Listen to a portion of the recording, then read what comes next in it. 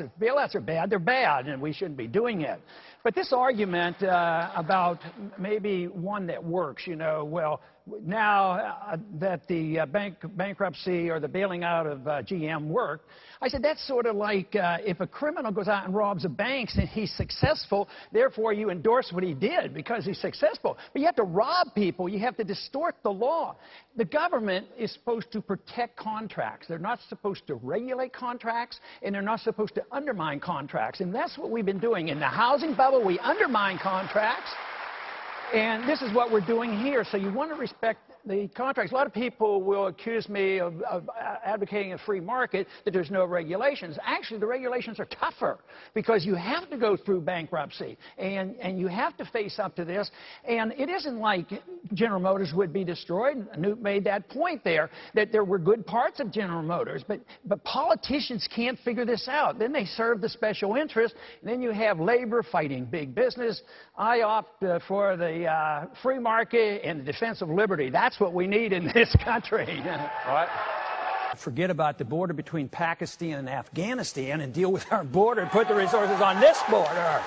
This is what we need. The rules, we reward illegal immigration. They get benefits. Texas hospitals and, schools are going bankrupt. The restraints on the states and Obama's restraints on the states to do with it. Why isn't, if an illegal comes across the border and they go on private property, why isn't that trespassing? And why don't you have the right to stop it?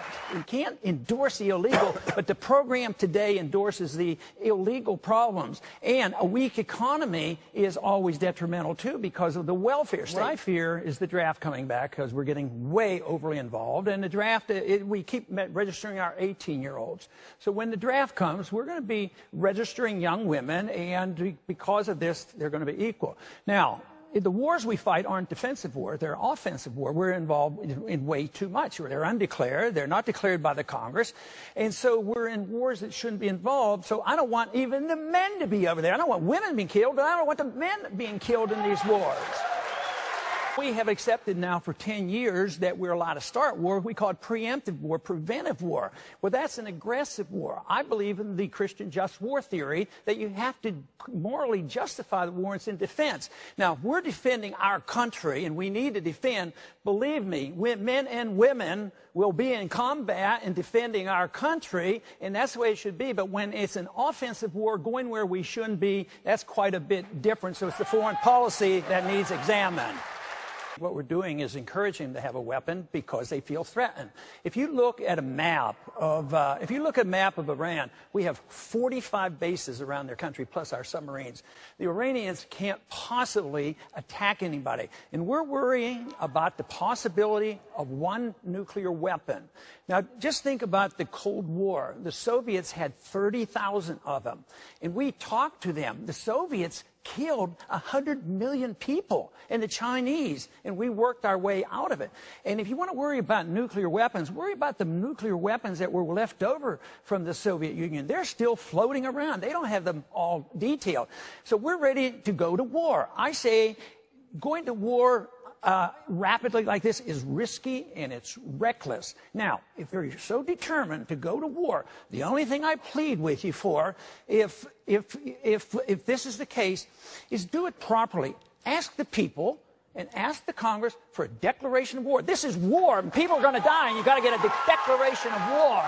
The sanctions are already backfiring, and all that we do is literally doing the opposite. When were attacked, we all came together. When we attack when we put them under attack, they get together, and it neutralizes that. They rally around their leaders. So what we're doing is literally enhancing the power. Think of the sanctions that we dealt with Castro. 50 years, and Castro is still there. You know, I've tried the moral argument, I've tried the constitutional argument on these issues, and they don't go so well. But there's an economic argument as well. Matter of fact, Al-Qaeda's had a plan to bog us down in the Middle East and bankrupt this country. That's exactly what they're doing. We've spent $4 trillion of debt in the last 10 years being bogged down in the Middle East. The neoconservatives who now want us to be in Syria, want us to go to Iran and have another war. And And we don't have the money. We're already, today, gasoline hit $6 a gallon in Florida. And we don't have the money. So I don't believe I'm going to get the conversion on the moral and the constitutional arguments in the near future. But I'll tell you what, I'm going to win this argument for economic reasons. Just remember when the Soviets left. They left not because we had to fight them. They left because they bankrupted this country, and we better wake up, because that is what we're doing here. We're destroying our currency, and we have a financial crisis on our hands. There's no prohibition in the Constitution for the states to be involved in education. That's not a bad position, and we can sort things out.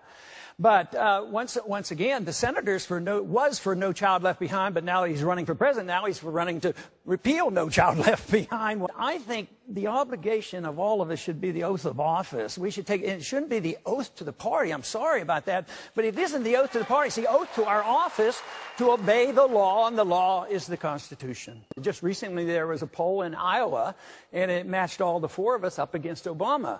And guess what? I did the very best. So I would say that is the biggest myth, but let me tell you, though, in public perception is one thing, but when you go around and talk to the American people and we have our rallies, that misconception isn't there. And I think that's the biggest misconception that I have to deal with.